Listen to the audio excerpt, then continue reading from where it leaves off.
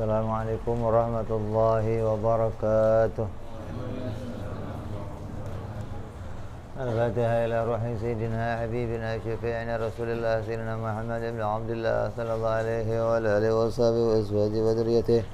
Inna Allah ya'li darajatihim bil jannah wa yanfa'una bi asrarihim anwarihim wa ilumihim wa nafahatihim wa barakatihim fi dini wa dunya wal akhirah wa yaj'aluna min hizbihim ويرزقنا محبتهم ويتوفنا على ملتهم ويحشرنا في زمرتهم بالعافية وسلامة لهم الفاتحة.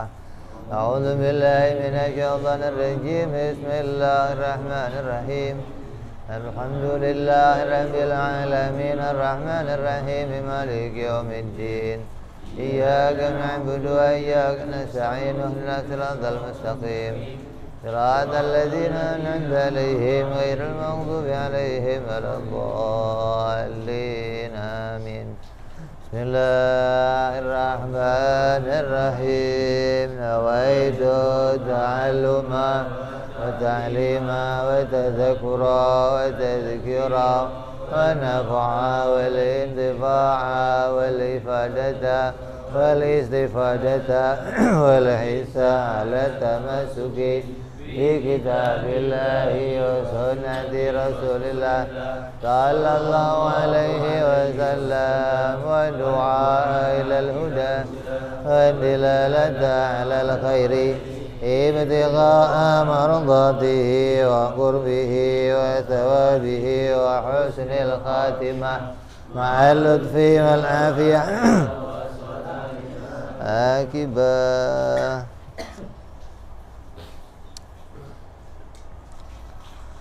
Bismillahirrahmanirrahim. Alhamdulillahirabbil alamin. Wa bihi nasta'inu ala umuri dunya waddin. Wassalatu wassalamu ala Rasulillah Sayyidina wa habibina wa syafi'ina wa maulana Muhammadin sallallahu alaihi wa ala alihi wa sahbihi ajma'in. Amma ba'du. Qala musanniful kitab Hadratus Syekh Muhammad Al-Fudhali rahimahullah wa ghafara lahu wa liwalidayhi. Thumma ila sahibu syarha Imam Ibrahim Al-Bayjuri rahimahullah wa ghafara lahu wa liwalidayhi wa nafa'ana bihima fid darain. Allahumma aftah qulubana futuhal arifin wa bihidmatika wansur alaina birahmatika ya arhamar rahimin. Ila anqal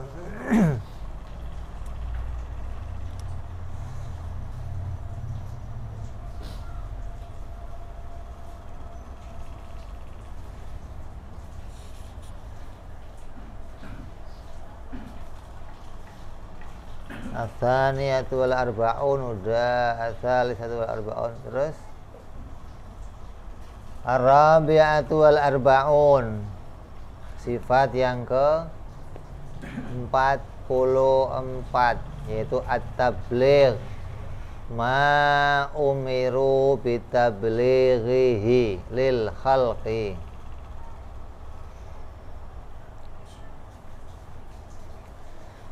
Wajib para rasul alaihimussalatu wassalam bersifat tabligh.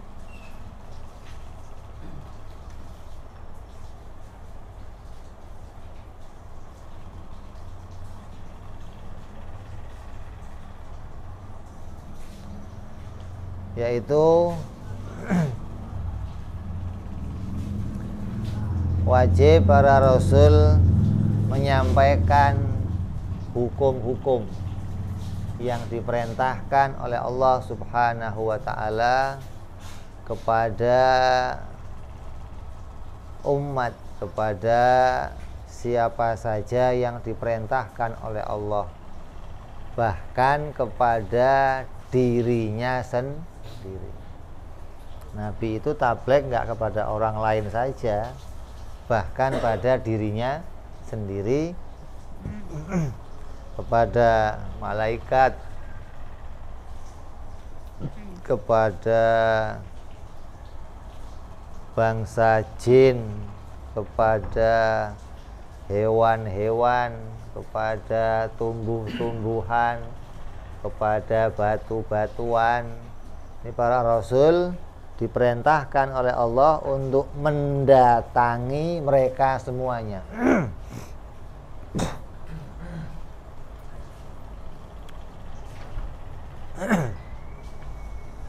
Tapi datangnya para rasul kepada mereka ada dua perkara. Ada yang satu disebut namanya taklif, ada yang satu namanya tasyrif. Taklif itu maknanya membawa beban tanggung jawab. Artinya memberikan beban kepada umat agar mengerjakan sesuatu yang diperintahkan oleh Allah, seperti menyampaikan perkara yang wajib, sunnah, haram, makruh, mubah. Ini disampaikan oleh para rasul kepada dua kelompok. Apa? Syukron. Jin dan manusia. Jadi datangnya rasul kepada jin dan manusia itu menyampaikan hukum yang 5. Nabi tabligh tentang hukum yang 5, yaitu menyampaikan perkara yang wajib, sunnah, makruh, haram, dan mubah. Adapun datangnya para nabi kepada yang lainnya, pada malaikat, kepada tumbuh-tumbuhan, kepada hewan, kepada batu-batuan, maka namanya irsalu tasyrif, yaitu nabi datang kepada mereka agar nabi dimuliakan oleh mereka. Nabi datang ke malaikat bukan merintah malaikat, sholat, puasa, bukan. Nabi datang kepada hewan-hewan, ketumbuhan bukan untuk merintah mereka, tapi agar mereka semua memuliakan para nabi. Ketika Nabi Adam diciptakan, Allah perintahkan para malaikat untuk apa? Sungkem, nyembah. Di situ maknanya sungkem, takzim. Bukan nyembah yang maknanya sujud, tapi maknanya takzim, menghormati sesuai perintahnya Allah Subhanahu wa ta'ala. Datangnya Nabi kepada para hewan-hewan, mereka semua takzim ke Nabi. Asal Nabi lewat, mereka mengucapkan salam. Datangnya Nabi kepada tumbuh-tumbuhan, asal mereka lewat, mengucapkan salam. Makanya Nabi kalau lewat ke pegunungan, ke tempat, selalu isinya assalamualaikum, assalamualaikum. Dari siapa? Ya dari semua hamba-hambanya Allah ini yang diperintahkan untuk memuliakan para nabi. Nah, adapun datangnya Rasul kepada kita, manusia dan jin, itu tabligh bangsa hukum, menyampaikan hukum yang isinya 5 perkara, yaitu haram, wajib, sunnah, haram, makruh, dan mubah. Tidak ada satupun yang diperintahkan Allah untuk disampaikan tertinggal disampaikan oleh Nabi, nggak ada. Semua Nabi tuntas selesai menyampaikan perintahnya Allah Subhanahu wa ta'ala. Sampai Nabi Isa alaihi salam, Nabi Isa diangkat oleh Allah ke langit usia 33 tahun. Ketika diangkat, dia pun telah selesai menuntaskan syariah yang Allah perintahkan di dunia. Bukan, Nabi Isa mah baru setengah jalan, belum selesai agamanya dia naik, nggak ada. Semua yang diperintahkan oleh Allah kepada Nabi Isa telah tuntas disampaikan. Begitu pula Nabi kita Muhammad sallallahu alaihi wasallam dikatakan apa? Al-yauma akmaltu lakum dinakum wa raditu lakumul Islam madina. Hari ini telah kusempurnakan agama untuk kalian dan aku ridho agama Islam sebagai agama kalian. Menunjukkan apa? Semua yang diperintahkan Allah kepada Rasulullah untuk disampaikan tuntas, selesai. Menunjukkan tidak ada yang disembunyikan, tidak ada yang disimpan, tidak ada yang tertinggal, nggak ada. Tidak sebagaimana pemahaman orang-orang Syiah yang mengatakan ada yang belum disampaikan oleh Nabi, hingga nanti akan datang generasi berikutnya, yaitu keturunan Nabi, yang akan menyampaikan apa yang belum selesai disampaikan oleh Nabi Muhammad SAW. Itu bukan akidah kita. Makanya orang-orang Syiah mengimani adanya Imam 12, disebut namanya akidah Syiah Imamiyah Isna Asyariyah, pengikut Syiah Imam 12. Apa perkataan mereka? Yang mengatakan bahwa yang 12 imam itu mereka maksum dan mendapatkan wahyu dari Allah Subhanahu wa taala sebagai penerus Nabi Muhammad SAW. Jadi kayak Nabi belum selesai menyampaikannya dilanjutkan oleh enggak ada. Itu bukan akidah kita. Akidah kita bahwa para nabi semuanya menyampaikan apapun yang diperintahkan oleh Allah untuk disampaikan. Lah yang diperintahkan oleh Allah, yang disampaikan oleh Allah macamnya ada berapa? Ada 3 macam. Ada yang diperintah disampaikan, rupanya apa? Hukum, wajib, sunnah, haram, makruh, mubah. Ada yang diperintah disembunyikan, rupanya apa? Berita-berita. Memang diperintah oleh Allah untuk disembunyikan, maka Nabi tidak pernah menyampaikannya. Maka menyembunyikan berita ini masuk dalam apa? Kategorinya apa? Amanah. Kalau menyampaikan kategorinya tablek. Kalau menyampaikan tablek, kalau menyimpan amanah. Jadi Nabi itu amanat. Diperintah menyampaikan, disampaikan. Diperintah menyimpan, disimpan. Gak pernah disampaikan. Mau dikorek-korek kayak apa, ya nggak disampaikan. Kenapa? Allah perintah untuk Yang ketiga, diperintahkan untuk boleh memilih. Mau disampaikan boleh, tidak disampaikan juga boleh. Maka inilah yang ketiga ini yang banyak didapati oleh orang-orang setelah meninggalnya Rasulullah SAW. Jadi banyak orang-orang wali-walinya Allah yang setelah mereka itu sepeninggalnya Rasul, mereka dimimpikan berjumpa dengan Nabi Muhammad SAW. Dan dalam hadis, siapa yang mimpi berjumpa Rasulullah, maka itu nyata betul-betul Rasulullah. Tidak pernah iblis akan menyerupai para nabi, khususnya Nabi kita Muhammad SAW tidak akan pernah diserupakan oleh iblis. Sehingga kalau kamu ngimpi, dalam mimpinya ada orang yang ngasih tahu, itu Nabi Muhammad, berarti betul-betul itu Rasulullah. Atau orang yang ngomong, saya Nabi Muhammad, maka itu betul-betul Rasulullah. Maka ketika para wali-walinya Allah mendapat mimpi yang seperti itu, maka seringkali mereka mendapatkan hadis dari Nabi, perintah-perintah atau berita-berita dari Nabi yang belum pernah disampaikan. Maka itulah yang Nabi diantaranya boleh memilih. Mau disampaikan waktu itu boleh, mau disampaikan kapan saja juga boleh. Kenapa? Bentuknya bukan satu kewajiban pokok.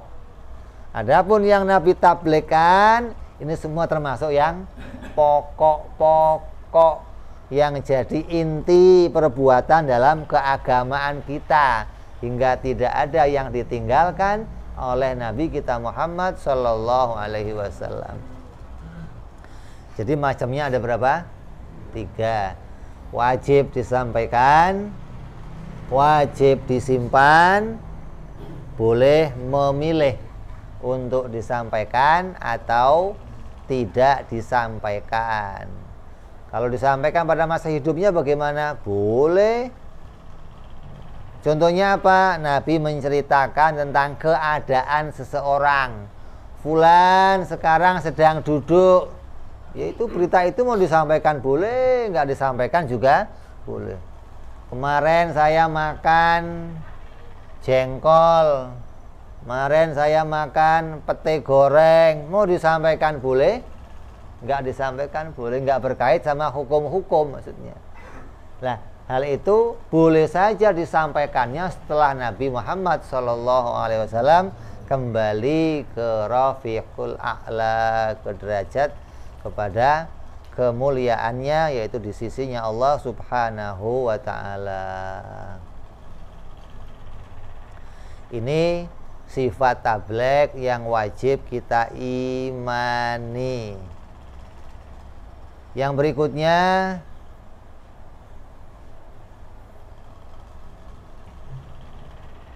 al-khamisatu wal-arba'un, yang ke-45, yaitu al-fatonah, bersifat fatonah. Apa maknanya fatonah? Maknanya cerdas, adzaka.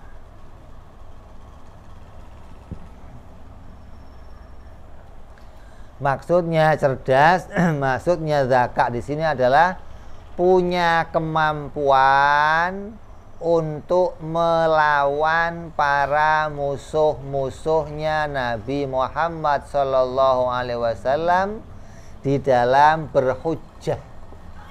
Melawan dalam bentuk hujjah, melawan dalam bentuk argumentasi. Nabi selalu bisa menyampaikan argumentasi tentang kebenaran agama yang dibawanya. Nggak ada nabi bodoh, nggak ada. Artinya bodoh itu nggak bisa punya argumentasi. Jadi bodoh atau pinter di sini jangan dianggap nabi itu pinter nggak pernah nanya. Nggak ada yang nabi nggak tahu, nabi tahu semua. Itu bukan maknanya pinter di sini.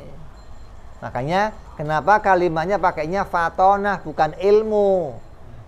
Kalau wajib ilmu maka nabi harus tahu segalanya. Dan itu sifat siapa? Allah Subhanahu wa ta'ala, bukan sifat kita. Maka di kalimat yang dipilih ulama pakainya kalimat fatonah, maknanya cerdas. Apa maksudnya? Maksudnya punya atau bisa menjawab, punya argumentasi untuk menjawab bantahan dari musuh-musuhnya. Siapa musuh para rasul? Musuhnya siapa? Orang kafir. Fir'aun, Abu Lahab, Abu Jahal, Qarun. Ini mereka ini musuh-musuhnya para nabi. Hingga ketika mereka menghujah Nabi, membantah agama yang disampaikan Nabi, Nabi bisa menjawabnya dengan argumentasi. Ini menunjukkan kecerdasannya para rasul menghadapi seluruh manusia. Hingga nggak ada rasul yang bisa dilecehkan, nggak ada. Artinya dilecehkan maknanya agama yang disampaikannya dianggap agama yang nggak benar, lalu Nabi nggak bisa membantahnya, nggak ada. Ketika manusia meragukan kebenaran agama yang dibawanya, Nabi selalu punya hujjah, selalu punya argumentasi, selalu punya bantahan untuk melawan tuduhan para musuhnya, yaitu orang-orang kafir. Ini disebut namanya fatonah. Jangankan Nabi, para sahabatnya saja orang-orang yang cerdas. Para ulamanya sampai dapat julukan apa? Hujjatul Islam. Orang yang hujjah tentang agama Islam, artinya bisa mempertahankan argumentasi tentang kebenaran agama Islam. Jangankan nabinya, ulamanya saja dapat pangkat julukannya Hujjatul Islam. Makanya dalam riwayat ketika di alam arwah perjumpaan antara para nabi semuanya kumpul, Kemudian datang ada di antaranya umat-umat para rasul juga kumpul. Maka Nabi Musa alaihissalam nanya kepada Nabi Muhammad, Muhammad, katanya umat kamu ada yang pinter, sampai-sampai kamu ngomong umatku ini seperti nabi-nabi Bani Is. Coba mana yang pinter di antara umat kamu? Maka Rasul memanggil, siapa di antara kalian yang namanya Ghazali? Ghazali ngacung, maju. Ini jawab. Mau nanya apa dia jawab. Imam Ghazali maju. Nabi Musa nanya, nama kamu siapa? Saya Muhammad bin Muhammad Al-Ghazali. Panjang bener. Saya nanya nama kamu enggak, bapak kamu enggak. Coba. Kata Nabi Musa. Kata Imam Ghazali, ya Rasulullah, saya diem aja apa suruh jawab? Jawab dong. Oh ya, siap. Suruh jawab, dijawab. Saya nerangin ke kamu karena kamu nggak tahu nama bapak saya siapa, desa saya dari mana, kamu nggak tahu kan? Saya kasih tahu. Jadi masih mending saya masih bener ngasih tahu orang yang nggak tahu. Lah kamu Nabi Musa aneh. Ditanya sama Allah, Musa, di tangan kamu itu apa? Ini tongkat ya Allah. Dengan tongkat ini saya ngambil pohon, saya berjalan. Emang Allah nggak tahu? Lu pakai terangin jawaban yang bener. Oh iya. Pinter nih ya, udah cocok ini. Umatnya aja pinter begitu, gitu loh. Apalagi nabinya. Itu menunjukkan bahwa nabi adalah orang-orang yang fatonah, yang diberikan oleh Allah kecerdasan. Cerdasnya maknanya untuk mempertahankan atau untuk menunjukkan kebenaran agama yang dibawanya.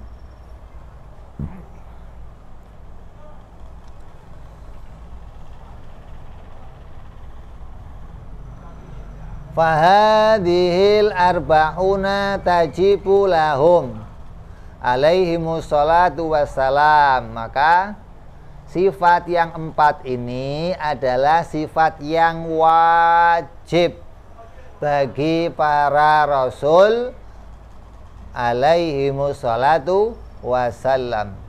Bimakna annahu la yatasawwaru fil aqli adamuhu wa yatawaqqaful imanu ala ma'rifati dzalika ala khilaf baina Sanusi wa ghairihi. Apa pengertian wajib bagi para rasul? Sama enggak dengan wajib bagi Allah? Sama enggak? Beda pengertian. Kalau wajib bagi Allah pengertiannya apa? Tidak ditemukan tiadanya. Kalau wajib bagi rasul, tidak ditemukan terpisahnya. Maknanya apa? Dua-duanya dibikin oleh Allah, gitu. Hanya tidak pernah dipisahkan dalam kenyataannya. Tapi dua-duanya diciptakan. Nah, beda dengan yang menjadi sifatnya Allah. Maka sifat wajib yang jadi sifatnya Allah tidak pernah mengalami tiada. Maka perkaranya tidak diciptakan. Ini perbedaannya. Jadi sifatnya para nabi atau sifatnya kita yang disebut wajib, maka kedua-duanya adalah dua perkara yang digandengkan oleh Allah Subhanahu wa ta'ala yang nggak pernah dipisahkan. Maka disebut namanya wajib muqayyad atau adamul infikak. Kalau bagi Nabi adamu, kalau bagi Allah apa? Adamul intifa, tidak pernah tiada. Kalau bagi para rasul tidak pernah terpisah. Jadi semua sifat ini selagi ada nabinya, sifat ini selalu bersama para nabinya. Mau dia tidur, mau dia melek, mau dia keadaannya apa saja, sifat ini nggak pernah terpisah dari para nabi sampai mereka meninggal. Kalau meninggal gimana? Ya namanya orang meninggal mana ada sifat-sifatnya begitu. Tapi kalau orangnya ada, maka sifatnya akan selalu ada pada diri mereka. Ini makna yang harus kita pahami dari sifat-sifat para nabi. Terus imannya seseorang sah atau tidak sah, imannya seseorang tergantung pada pengetahuannya mengenai sifat-sifat ini. Ini pendapat menurut Imam As-Sanusi radhiyallahu an. Siapa orangnya yang ingin disebut sah imannya di dunia sampai ke akhirat, maka dalam syahadat Rasulnya, kesaksiannya kepada para Rasul, wajib dia bersaksi menyaksikan wajibnya sifat-sifat kerasulan ada pada mereka. Para Rasul wajib sidik, amanah, tabligh, fatonah. Ini ada dalam kesaksian asyhadu anna Muhammadar Rasul. Kalau nggak ada gimana? Nggak sah imannya, kata Imam As-Sanusi. Adapun pendapatnya imam yang lain, jumhurnya ulama mengatakan tetap wajib mengetahui para Rasul, hanya saja yang nggak tahu hukumnya dosa, bukan kafir. Jadi yang nggak tahu sifat-sifat ini hukumnya dosa menurut ijma'nya para ulama. Tapi indah Sanusia, syahadatnya nggak diterima oleh Allah nanti di akhirat. Kalaupun diterima hanya di dunia saja. Terus wa yastahilu alaihim, dan mustahil kepada mereka alaihimus salatu wassalam adadu hadhil arba'ah, lawannya dari 4 sifat tersebut. Wajibnya 4, sidik, tabligh, amanah, dan fatonah. Mustahilnya juga 4. Apa itu? Waya al-kidbu. Yang pertama adalah kizib atau berbohong. Mustahil ada para nabi yang dia di dalam ucapannya tidak sesuai dengan kenyataan. Ada para nabi yang dalam pembicaraannya tidak ditemukan faktanya, enggak ada. Semua nabi kalau berbicara pasti sesuai dengan fakta, karena nabi berbicara sesuai dengan petunjuknya Allah Subhanahu wa ta'ala, bukan ngomong pakai hawa nafsunya. Dikatakan la yantiku anil hawa in huwa illa wahyun yuha, maka aku berbicara tidaklah dengan hawa nafsu, tapi sesuai dengan apa yang diwahyukan kepada saya. Ini menunjukkan bahwa tidak ada nabi yang ucapannya berbohong, yang ucapannya tidak sesuai dengan fakta, baik itu ucapan dohirnya ataupun ucapan batinnya. Artinya omongan mulut ataupun omongan hatinya selalu sesuai dengan fakta. Jadi nggak ada satupun nabi yang bohong, nggak ada. Jangankan ngomong serius, bercandanya saja nggak pernah bohong, apalagi ngomong serius. Kalau kita kan nggak, seriusnya aja sering, apalagi seriusnya aja. Kalau nggak, ini ada proyek nih, proyek fiktif, proyeknya aja fiktif, apalagi bercandanya. Kalau nggak bohong itu kayaknya nggak. Hah? Ibaratnya sayur nggak ada garamnya. Kalau sehari nggak bohong itu kurang srek loh.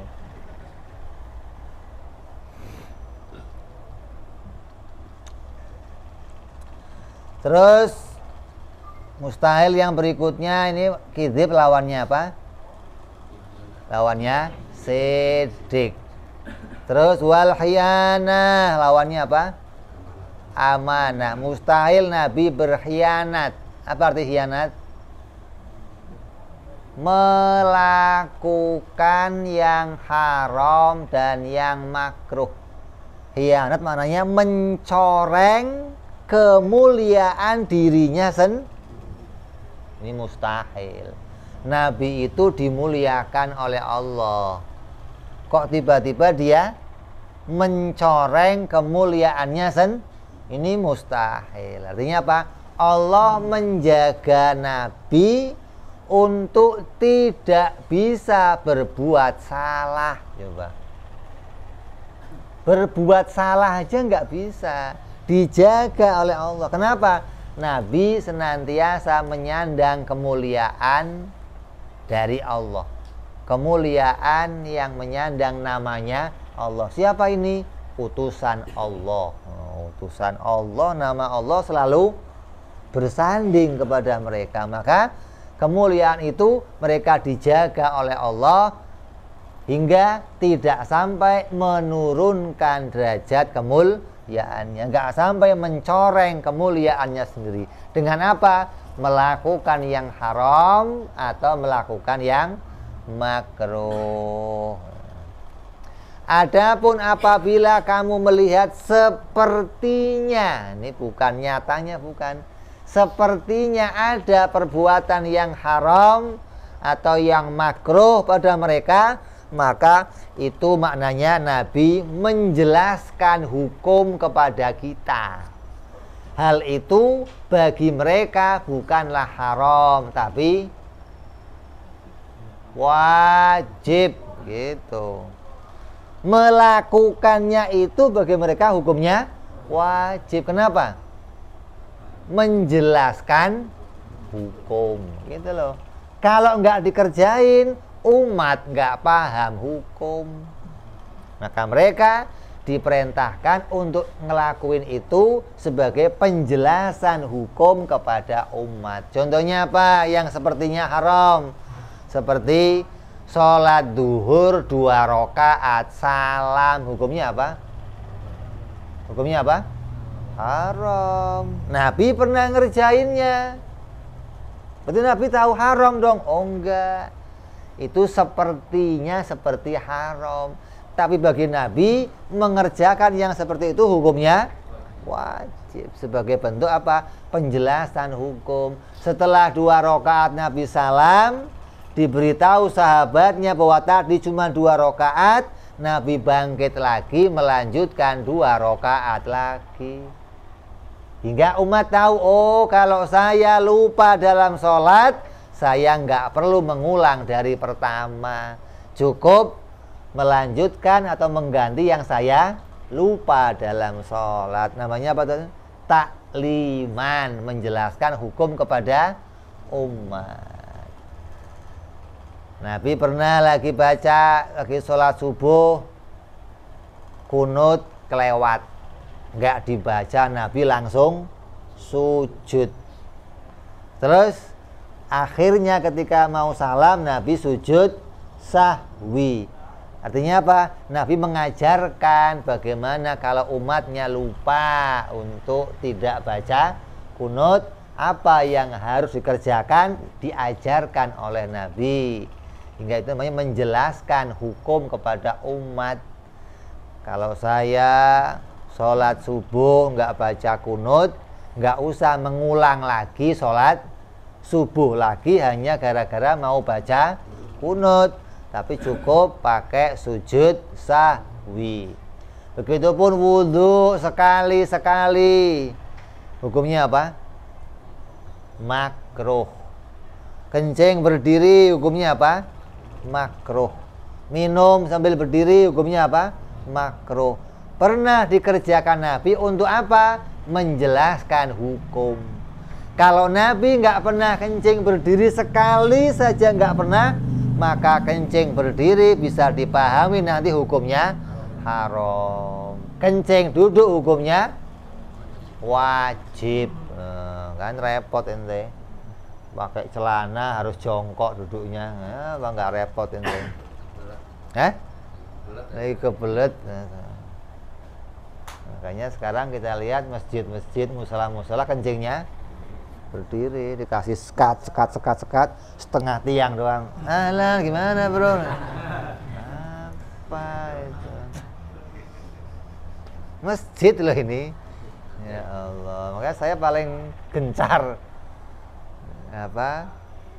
ngasih tahu pengurus masjid, jangan begini, kamar mandinya tutup.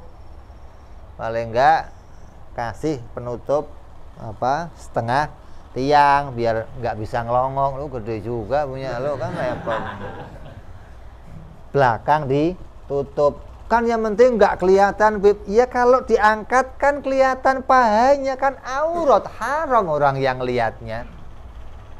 Ini kelihatannya masuk masjid tapi ngelakuin haram di dalam masjid.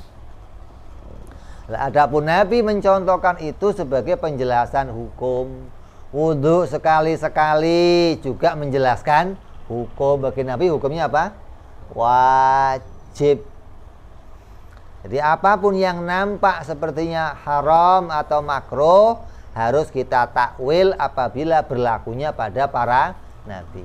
Kalaupun ada kalimat Nabi melakukan kesalahan, di Quran ada kalimat wa aso adama rabbahu, dan telah bermaksiat Nabi Adam kepada Tuhannya, maka aso, maksiat pada Nabi, jangan disamakan maksiat seperti kita.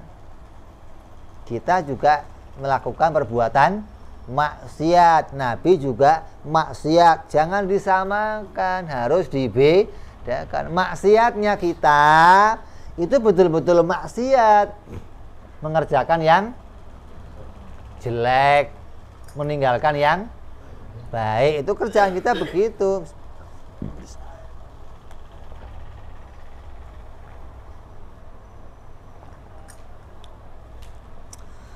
Nah, kalau maksiatnya Nabi, aso yang disifatkan pada Nabi, jangan dihukumi melakukan hal jelek. Aso atau maksiat yang dikerjakan Nabi harus kita pahami, Nabi meninggalkan yang lebih baik, memilih melakukan yang baik. Meninggalkan yang lebih baik, mengerjakan yang baik, bagi Nabi itu aso, maksiat, kesalahan. Kenapa? Nabi adalah suri tauladan. Nabi adalah contoh. Yang namanya contoh harus mengerjakan yang terbaik. Kalau contoh kok hanya ngerjain yang baik, berarti masih sama dengan yang lain. Saya juga bisa ngelakuin yang baik, berarti dia nggak contoh. Kalau contoh itu dia ngerjain yang lebih baik. Ini bentuk yang harus kita pahami ketika ada kalimat Nabi aso, Nabi maksiat, Nabi taubat. Jangan dihukumi taubatnya seperti taubatnya kita. Kalau nggak taubat gimana? Neraka. Itu kalau kita. Nabi nggak ada nerakanya, nggak ada. Neraka nggak mempan. Untuk bakar Nabi nggak mempan. Nerakanya nggak sanggup bakar Nabi. Boro-boro Nabi. Orang-orang orang-orang alim itu kalau sudah deketin neraka, nerakanya minggir apinya.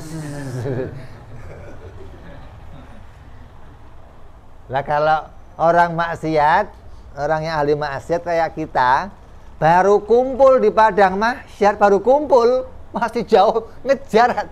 Alah.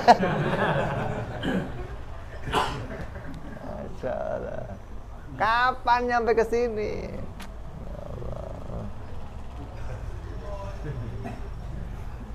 Jadi para nabi senantiasa dijaga oleh Allah Subhanahu wa ta'ala. Jadi apabila melakukan yang haram atau yang makruh, itu sebagai bentuk apa? Mengajarkan atau menyampaikan bangsa hukum, menjelaskan hukum kepada umat. Terus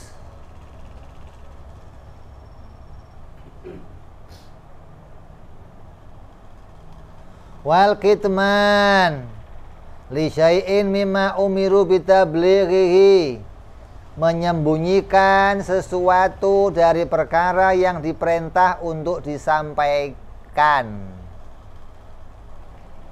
Ini juga mustahil, lawan dari apa? Tabligh. Makanya Nabi kitman, menyimpan pengetahuan, menyembunyikan ilmu yang bermanfaat. Ini hukumnya apa? Haram. La'anahumullah wa la'anahumul malaikah. Jika Allah melaknat mereka yang menyimpan ilmu, dan Allah melaknat para malaikat pun melaknat mereka. Ini orang-orang yang menyimpan ilmu pengetahuan. Maka tidak ada satu nabi pun yang menyimpan ilmu pengetahuan. Sejak zaman Nabi Adam alaihissalam sampai Nabi kita Muhammad sallallahu alaihi wasallam, tidak ada yang menyimpan ilmu pengetahuan. Semuanya menyampaikannya. Beda dengan orang-orang atau umat atau generasi berikutnya. Maka terkadang dari mereka ada yang menyembunyikan ilmu pengetahuan. Seperti siapa? Para atau orang-orang Yahudi. Seringkali mereka memotong isinya kitab-kitab suci, disimpan oleh mereka untuk tidak disampaikan pada generasi berikutnya. Ada seorang tabi'in namanya Ka'bil Akhbar, seorang sahabat yang menceritakan, tapi nggak ketemu Nabi, mendapatkan riwayat dari Nabi, dari sahabat namanya Ka'bil Akhbar. Dikatakan, qala 'allamani abi Taurat, telah mengajarkan kepadaku bapakku kitab Taurat. Semuanya diajarkan kepadaku, illa sitran wahidan, kecuali selembar kitab Taurat yang enggak diajarkan. Selembar itu disimpan oleh bapakku fi sunduk, di dalam sebuah kotak. Fa idza mata abi, ketika bapakku mati, fatahtuhu, maka aku buka kotak tersebut.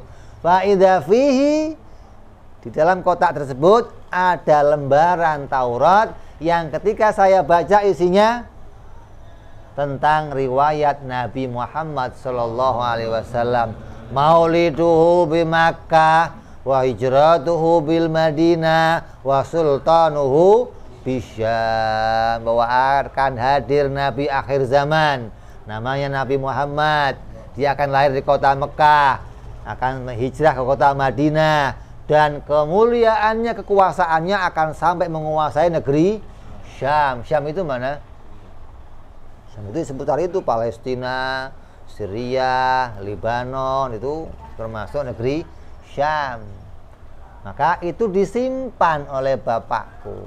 Maka ketika diambil, Ka'bil Akhbar langsung mengejar di mana berita tersebut disampaikan. Maka Ka'bil Akhbar ingin menjumpai Nabi Muhammad sallallahu alaihi wasallam. Ini diantaranya itu orang-orang Yahudi.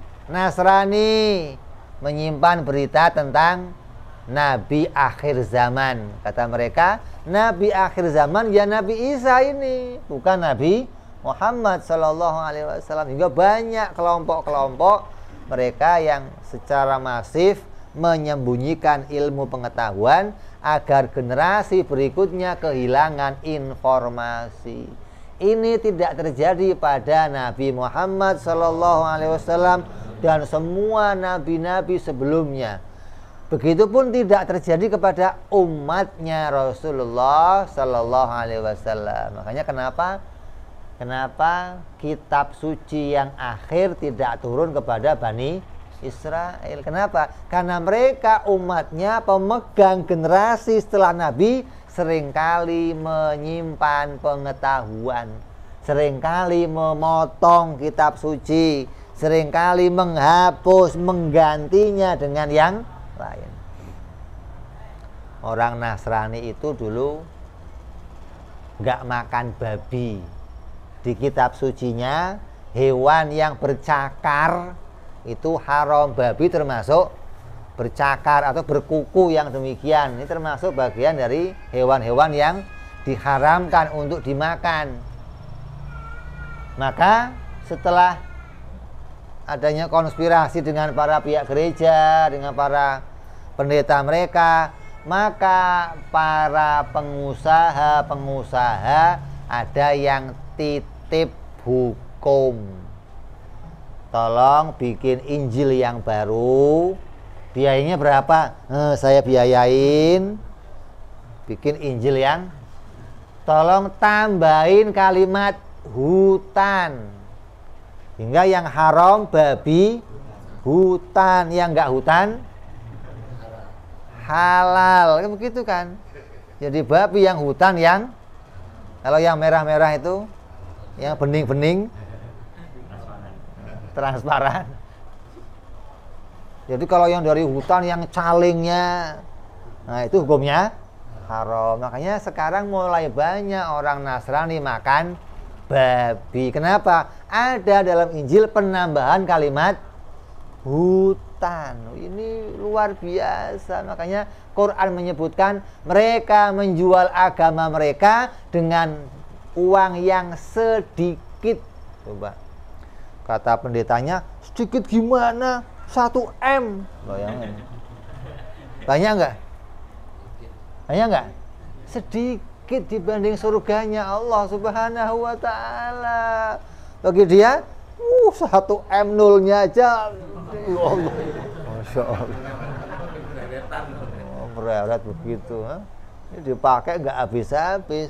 Tapi ketika dibandingkan surganya Allah yang selama-lamanya, semiliar nggak ada nilainya, nggak ada harganya. Maka kata Allah, dia jual dengan harga yang sedikit, harga yang murah, harga yang nggak bisa kamu pakai untuk kehidupan kamu yang selama-lamanya. Semiliar itu dipakai buat apa habisnya? Semobil ada semiliar, setriliun. Ini sering bawa uang triliunan dia.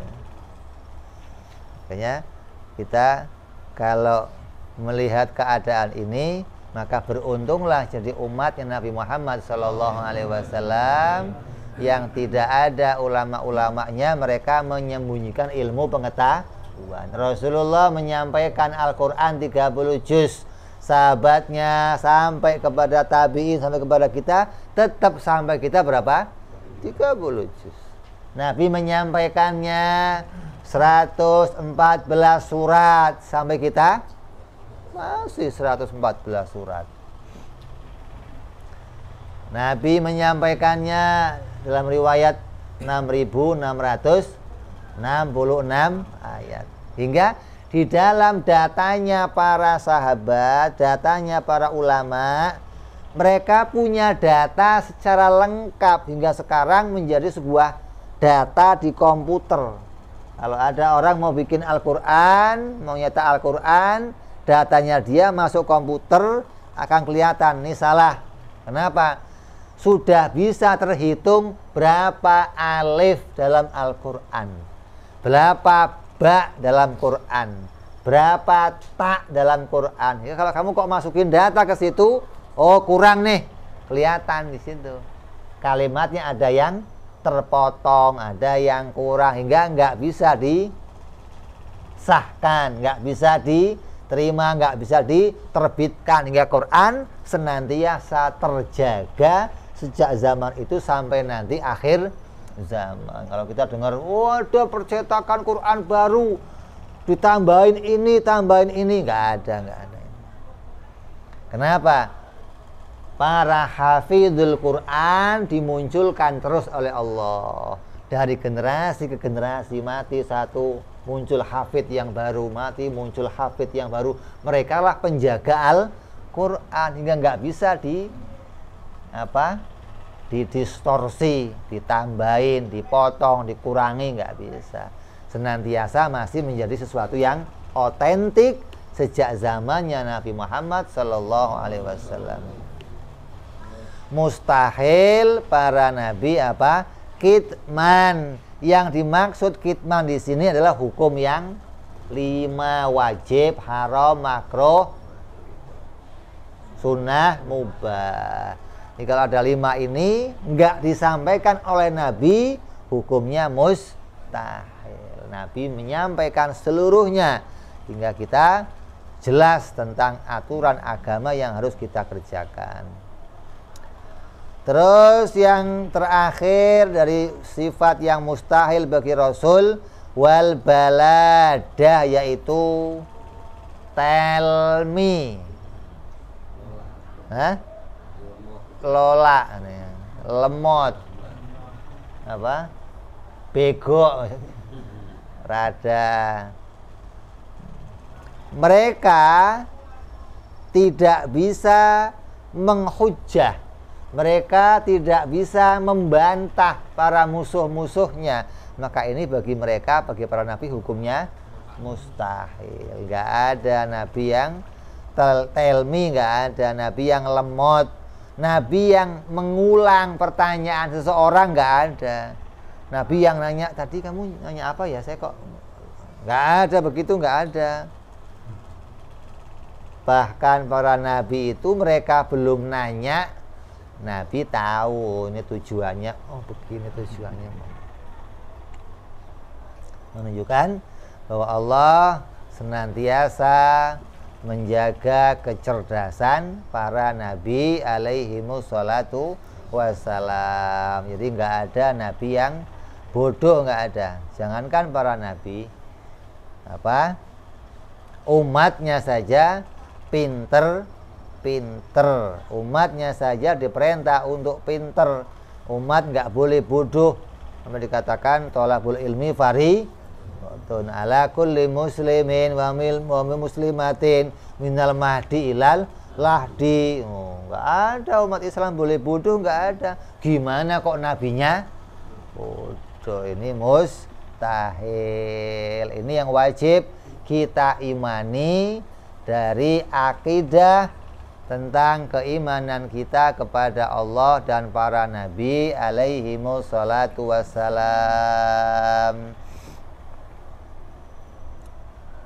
Wa hadhihi al-arba'ah wa hadhihi al-arba'atu tastakhilu alaihimus salatu wassalam. 4 sifat ini mustahil bagi para nabi. Bima'na annahu la yatasawwaru fil akli wujuduha. Akal tidak pernah menggambarkan wujudnya sifat-sifat itu ada pada diri para Rasul alaihimus salatu wassalam.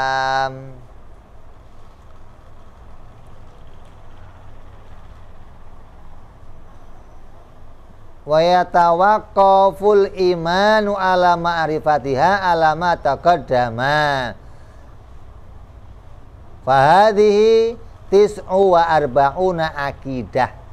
Maka dengan pembicaraan ini sampailah kita kepada jumlah akidah yang berjumlah 49. Tadi terakhir berapa? 45.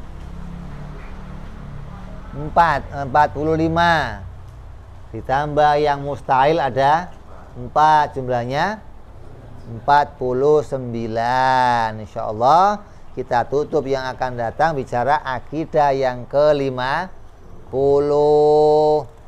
tentang perkara jaiz bagi para Rasul alaihimus salatu wassalam. Bukan hatam kitabnya, bukan hatam akidah yang ke-50. Ini akan kita teruskan insyaallah perjumpaan yang akan datang. Wallahu a'lam bishawab. Wa ila hadratin nabi Al-Fatihah. A'udzu billahi minasyaitonir rajim. Bismillahirrahmanirrahim. Alhamdulillahi rabbil alamin. Arrahmanir rahim. Maliki yaumiddin. Iyyaka na'budu wa iyyaka nasta'in. Ihdinas siratal mustaqim. Siratal ladzina an'amta 'alaihim ghairil maghdubi 'alaihim waladdallin. Amin.